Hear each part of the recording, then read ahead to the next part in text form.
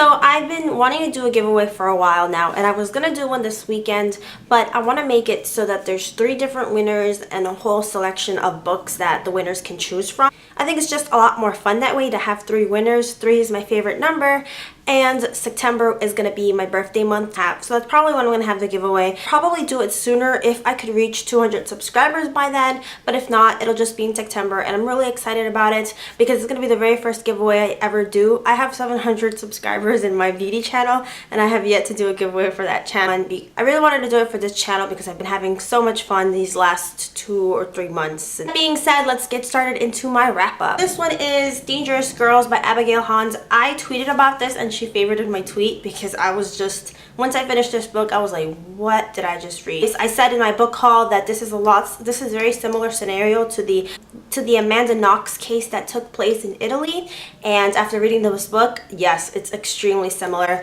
Hannah and her best friend, including her boyfriend, go to Aruba for spring break. They spend a lot of time there. Her best friend gets murdered, and who becomes the prime suspect in that? Hannah does. The local police there start building the case against her, using photos from her Instagram account, her Facebook account, against her. A lot of her friends turn against her. These are very privileged teenagers or young adults, I guess. I think that's done purposely so that you can kind of see how they handle the situation, considering that they have a lot of money.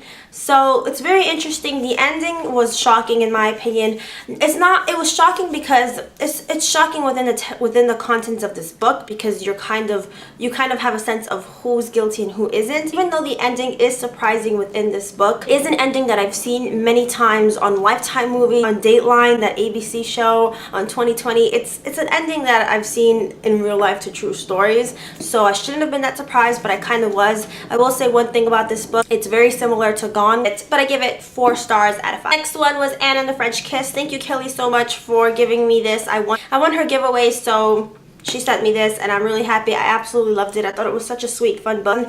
And in this book, there's also an Anna, and she lives in Atlanta, but then she gets sent off to boarding school in Paris, where she meets new friends and this new guy who has a boyfriend, who has a girlfriend, and it's just like, it's a sweet book. It's fun, a little bit angsty towards the end, but I really loved it. Darkest Minds. Wow, this one was really good as well. Much more of a dystopian than the other books that I just mentioned. I really loved it. I'd give it a 4 stars out of 5. I did also read Never Fade. I think I like Never Fade a little bit more, which is surprising. Normally I like the first book of a series more than the other ones, but Never Fade was really good, except for the first like 70 pages. I found I had to force myself through that because it was a little bit slow. You're introduced to a new environment with new characters, and I was just like, I don't really know, I don't really care, but it picks up afterwards and it's amazing. Next book I read is Rebel Belle by Rachel Hawkins. This one was really funny, unexpectedly funny. The main character, Harper Prince, is hilarious. Her internal monologues are just so funny, and I didn't expect that. She is a perfectionist. She's a Southern belle, and then one day during a high school dance, some crazy stuff happens. She ends up getting these powers, and she has to protect this guy named David, who has been kind of her enemy her whole life. They've been competing against each other, and it was good. I didn't really love it, but I was surprised in a good way by it. Like, it's just not, I didn't really, I don't know, like the story just didn't do it for me, but it was really fun. It was kind of unique, I guess. So I rated 3 stars and a half.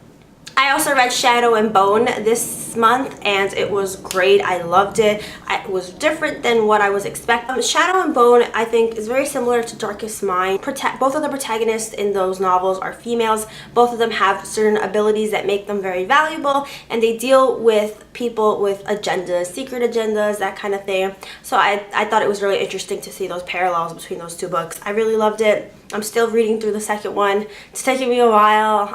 It's good though. It's just a little bit slower. It's a little bit different. So hopefully I'll have that finished by August. I also read Bunheads by Sophie Flack, I think, and I thought it was good. I do dance. I've done dancing a long time. I've been obsessed with ballet. I've always wanted to be a professional ballerina, even though that clearly didn't happen.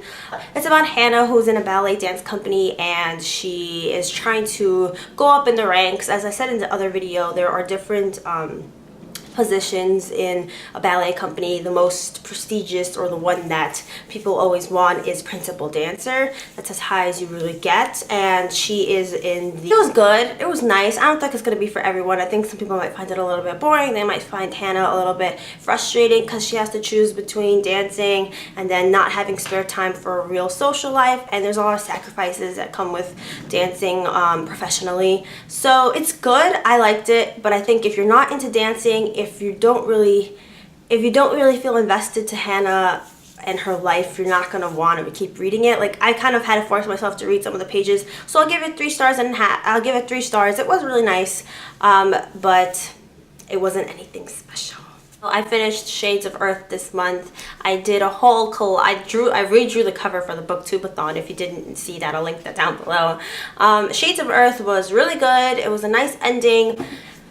I don't know if I would go out of my way to recommend that series to anyone, though, looking back on it. Like, it's good, but then that ending was a little bit disappointing. I can't help but feel, after reading that last book of the series, that it was kind of all for nothing. And that is all I'll say, because otherwise anything else would be a spoiler.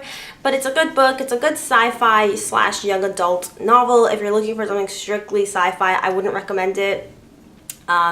But if you like that young adult twist to things, then it is kind of fun, and it is interesting, and it does make you think about what you would do if you were in a situation like that. But yes, that is all the books that I read for July. And yeah, I'll write all of these books down below, and I'll see you guys next time. Bye, guys.